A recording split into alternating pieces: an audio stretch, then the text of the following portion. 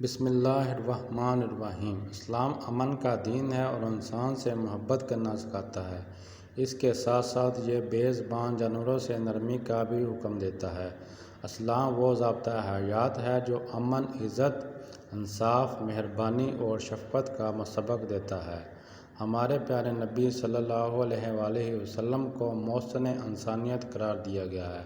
نبی کریم صلی اللہ علیہ وسلم اکثر تاکید کیا کرتے تھے کہ جانور بھی اللہ تعالیٰ کی مخلوق ہے، ان سے نرمی اور شفقت کا برتاؤ کرنا چاہیے اور ان کا خیال رکھنا چاہیے۔ اللہ تعالیٰ کی ایک چھوٹی سی مخلوق کا خیال رکھنے سے ہماری زندگی میں کیسے برکتیں اور رحمتیں نازل ہوتی ہیں اور ہماری زندگی خوشیوں سے کیسے بھر جاتی ہے۔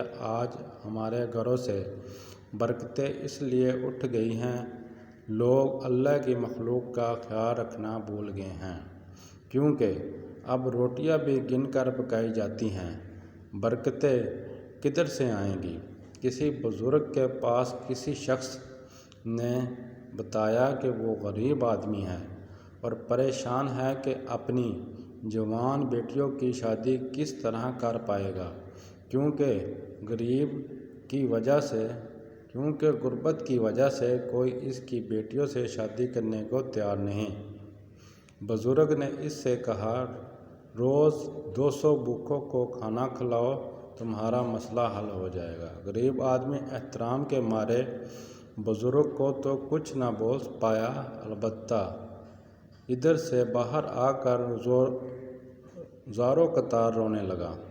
کسی شخص نے پوچھا، روتے کیوں ہو؟ غریب نے جواب دیا، غربت نے پہلے ہی مار مار کر آدھا مور کر دیا ہے، اور بزرگ نے فرمایا ہے کہ روز 200 بھوکوں کو کھانا کھلاؤ، تب بیٹیوں کی شادی ممکن ہے۔ اور دوسرا شخص مسکرا کر بولا، بھوکا کیا صرف انسان ہی ہوتا ہے؟ اللہ کی مخلوق چھوٹی ہو یا بڑی، بھوک تو سب کو ستاتی ہے۔ اگر تم ایک مٹھی آٹا بھی چیونٹیوں کو، پرندوں کو ڈال دو گے تو تمہارا صدقہ ہو جائے گا۔ وہ شخص تو یہ کہہ کر چلا گیا۔ غریب اپنی کم عقلی پر ہنستے ہوئے اپنے گھر کو چلا گیا اور یہ عمل کرنے کے لیے کچھ عرصہ کرتا رہا۔ نہ صرف اپنی بیٹیوں کے فرائض سے سر انجام فارغ ہو گیا بلکہ گھر میں بھی خوشحالی آ گئی۔ آپ بھی یہ طریقہ اپنائیں اور آپ بھی اللہ کی مخلوق کو خوش رکھیں گے تو اللہ تعالیٰ بھی آپ کو خوش رکھے گا۔ اگر ویڈیو اچھی لگی ہو تو چینل سبسکرائب کریں اور اس ویڈیو